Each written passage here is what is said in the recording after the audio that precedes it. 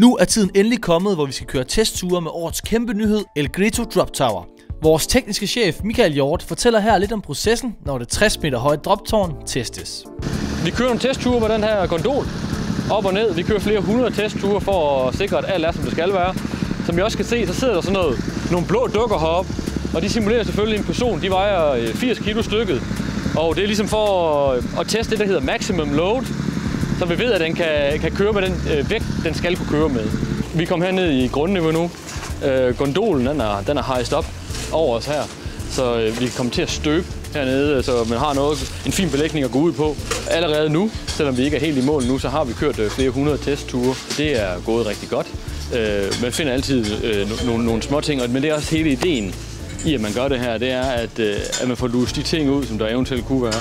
Men det hele er ved at være på plads, og det kører rigtig godt. Men kom med ind i teknikrummet, så kan I lige se maskineriet herinde. Det første, der springer i øjnene, når du kommer ind i teknikrummet, det er vores 4 store motorer, som trækker den her rulle, hvor vi har stålkablerne på, der trækker elevatoردelen op. Så vi kommer ind til betjeningen af forlystelsen her. Der kan vi jo selvfølgelig betjene den op og ned. Det er her, at Funtime har gået og testet de her flere 100 ture op og ned. Det er dem, som vi har købt forlystelsen af.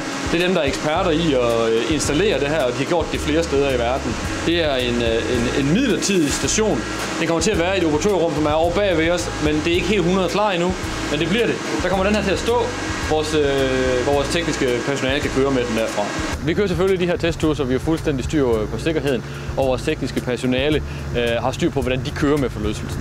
Det, der kommer til at ske nu, det er, at der kommer 2 uafhængige instanser, en fra Tyskland og en fra Danmark, der vil lave godkendelsen på forlystelsen, der sikrer, at alt er, som det skal være. Efter det vil der blive lavet tematisering, hvor alt kommer til at se rigtig flot ud her. Der kommer farve på, der kommer skygger på, så det er flot til, når I kommer og besøger os her i sæsonen 2024.